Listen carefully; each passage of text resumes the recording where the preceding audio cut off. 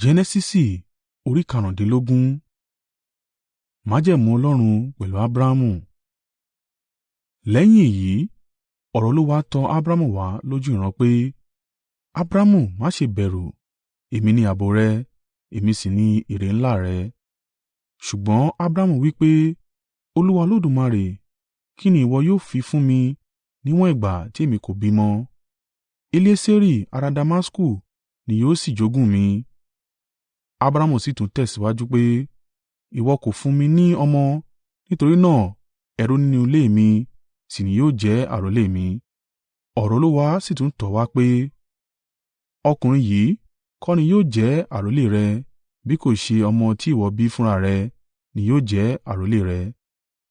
Olúwa sì mú Abramu jáde sí ìta, ó sì wí fún un pé, gbé ojú sókè sí ọ̀run kí o sì ka àwọn ìràwọ̀, bí ó bá ṣe pé ìwọ lè kà wọ́n.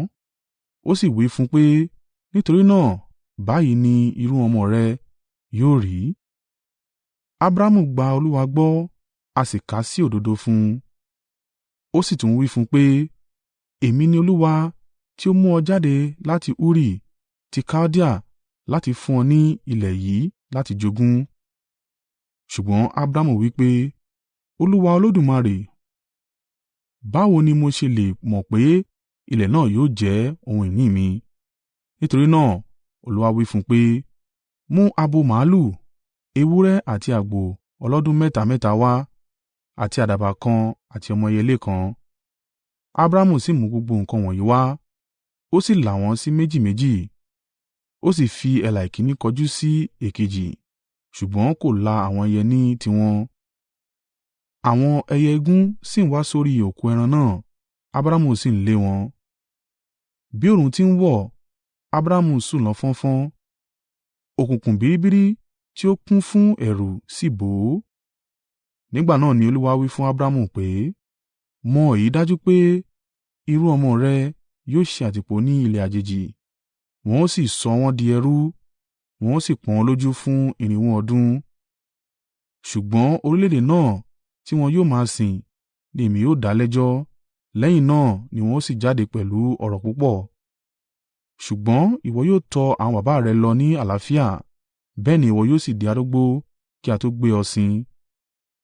Ní ìran kẹrin àwọn ìran rẹ yóò padà wá sí ibí, nítorí ẹ̀ṣẹ̀ àwọn ará Amori kò tí ì kún òsùwọ̀n.